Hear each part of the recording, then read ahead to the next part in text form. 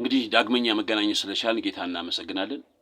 ዛሬ አጭር ቆይታ እናደርጋለንና በዚህ አጭር ቆይታችን በአንድ ጉዳይ ላይ እንድንጸልይ ፈልጌያለሁ። እሱ ምንድነው? ስለ ወጣቶች እናም በተለይ ሀገር እንዲኖራቸው ነው። እስቲ ከእግዚአብሔር ቃል አንድ ጥቅስ አንብቤ እንጀምራለን። እነርሱም ይላል በተሰበሰቡ ጊዜ ጌታ ሆይ በዚህ ወራት ለእስራኤል መንግስትን ትመልሳለህን ብለው ጠየቁት ይላል። እንግዲህ አባቶች ይህንን ጥያቄ ለጌታ ሲያነሱለት ጌታ ኢየሱስ ከእነርሱ ሊያርግ ባለበት በመጨረሻው ዕለት ላይ ነው።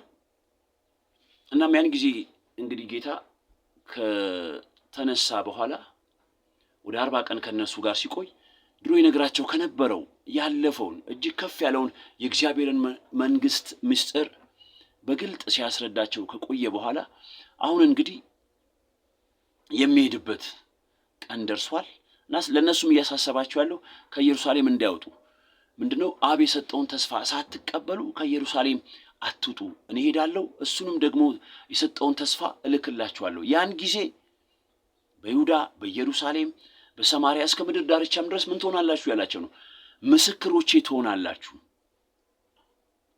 እናም ሰዎችን ሁሉ እንግዲህ ሰዎች ሁሉ ምንድናቸው? የእግዚአብሔር ልጆች ናቸው። ሰዎችን ሁሉ ከአባታቸው ከእግዚአብሔር ጋር ታስታርቃላችሁ፣ ወደ እግዚአብሔር መንግስት ታፈልሳላችሁ እያላቸው ባለ ጊዜ እናም ይህንን ቢሎ ሊለያቸው ሲል ምንድነው የጠየቁት? ለእስራኤል መንግስትን መች ትመልሳለህ? የምትመልስበት ወራት መቼ ነው? ሀገራችንን የምትመልስልን መቼ ነው እያሉት ነው።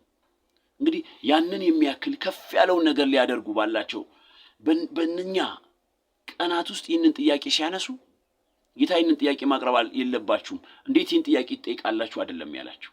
ስለዚህ ስለ ሀገር መጠየቅ፣ ሀገር ለምን የለችኝም፣ ሀገር ትኑረን፣ እግዚአብሔርን ሀገር ስጠን ብሎ ወደ እግዚአብሔር መጮህ እግዚአብሔር ሊሰማውና ሊመልሰው የሚፈልገው ጥያቄ ነው ማለት ነው።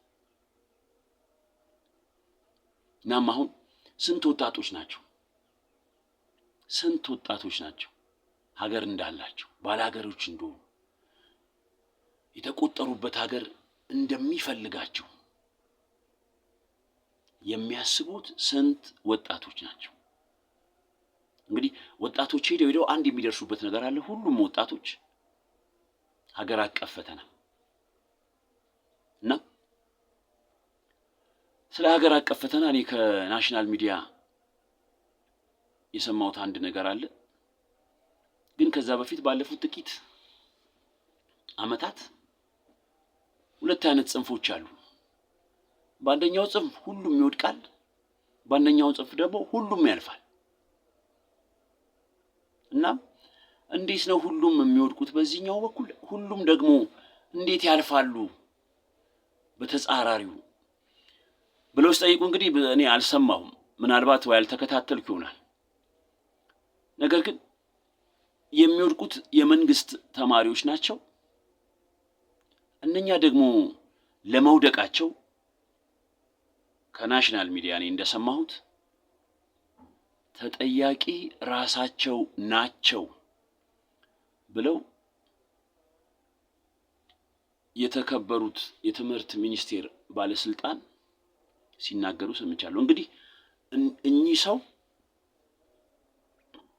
እዚች ምድር ላይ እንደ አማልክት ከሚታመኑ ከሚወደዱ ከሚከበሩ ሰዎች መካከል አንዱ ናቸው።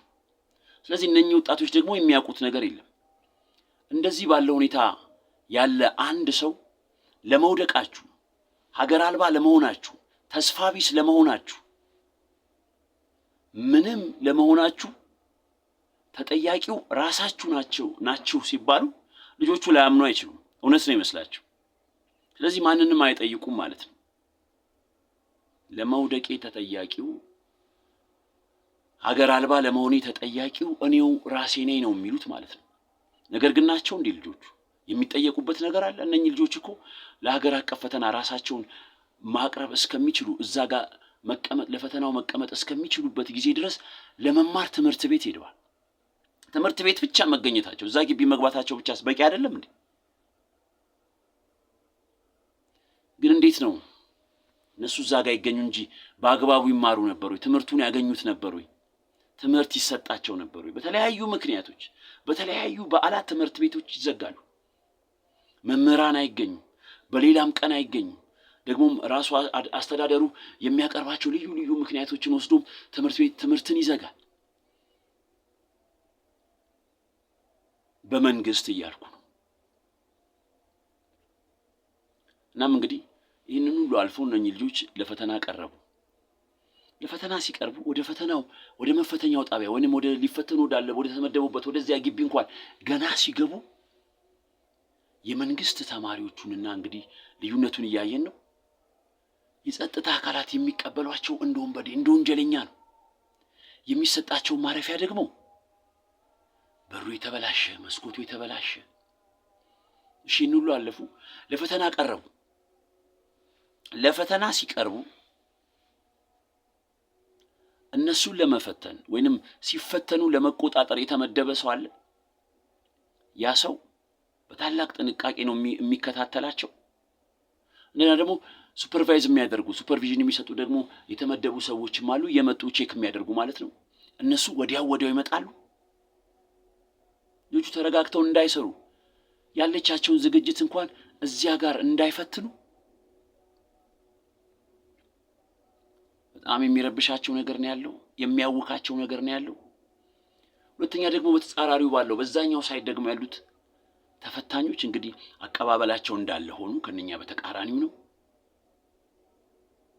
ሁለተኛ ለፈተና ደግሞ ሲቀመጡ በሩ ከውስጥ ነው የሚዘጋላቸው። እነሱን ለመፈተን ደግሞ የቀረበው ሰው ማንም እንዳይታወክ እንዳይረበሽ ተረጋግተው እንዲሰሩ እንደገና ደግሞ ይሄ በጋራ ነው የሚሰሩት።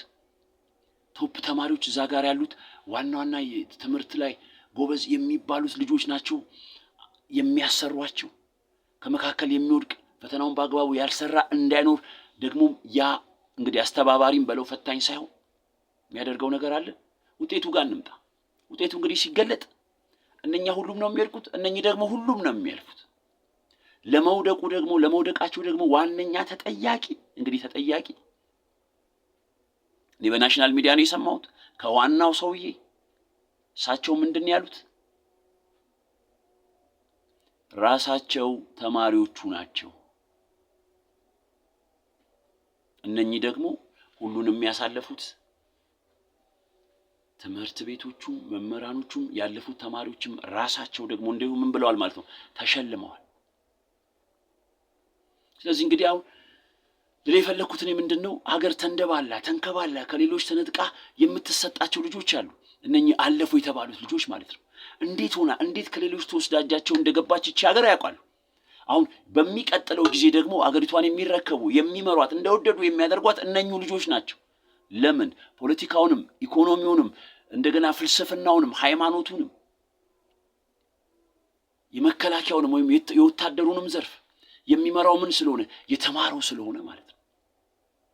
በተቃራኒው ደግሞ እንግዲህ እንዴት ሊመሯት እንደሚችሉ እንዴት እጃቸው እንደገባች እንዴት ከሌሎች ተወስዳ ለነሱ እንደተሰጠች የሚያውቁ ልጆች ናቸው። በምን አይነት ሁኔታስ ነው ኃላፊነቱ ሊወስዱና ለሚቀጥለው ደግሞ የሚቀጥል ካለ ሊያስረክቡ የሚችሉት? በተቃራኒው ደግሞ እነኚህ ለመውደቃችሁ ተጠያቂ ራሳችሁ ናችሁ ተብለው ስለዚህ ራሳቸውን እንኳን መቀበል የማይችሉ ራሳቸውን የሚወነጅሉ ሆነዋል ማለት ነው። ምክንያቱም ይህንን መረጃ የሰጧቸው ሰው ወደ ማንም እንዳይመለከቱ የሚችሉበት ሁኔታ ውስጥ እንዲገቡ ያደረጓቸው ሰው ምን አይነት ሁኔታ ውስጥ የነበሩ ናቸው? እንዳልኩት እንደ አማልክት ከሚታዩት ሰዎች መካከል በዚህች ምድር አንዱ የሆኑት ሰው ናቸው። ግንስ